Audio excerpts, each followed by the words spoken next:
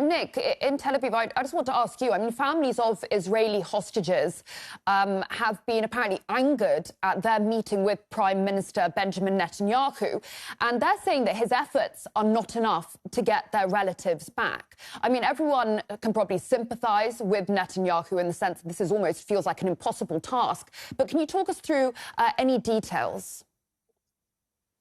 Yes, the families of the hostages, they are outrageous, they are desperate.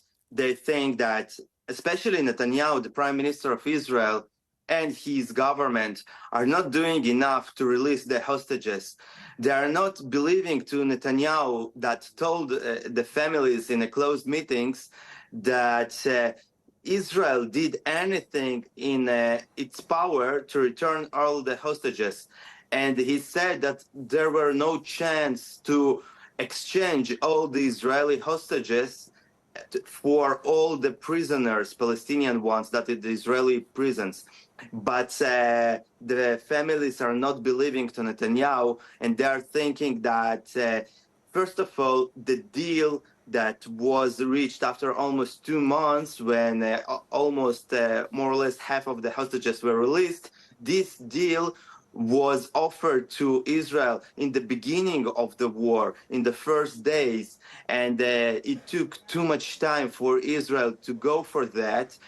And they think the same way. Israel has the capability to return all the hostages, but because of political reasons, Netanyahu prefers that this war will be a long-lasting war, and also he wants to show to his voters and to right-wing public of Israel and his back settlers parties that he is a right-wing prime minister, and the most important thing for him is to show a force and to show how he can occupy and destroy all the facilities of Hamas at Gaza Strip.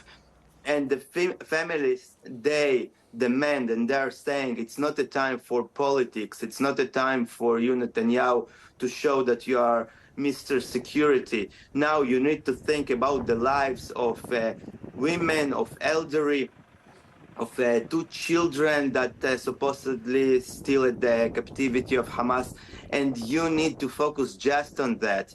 And many Israelis also support the families, and they also think the same, and they hope, at least if not Israel, then Russia or some other forces will help them to negotiate and to release more of the hostages, because they just feeling hopeless, and they are saying that each day the captivity is very dangerous, especially to those who has a special medical condition or they are elderly.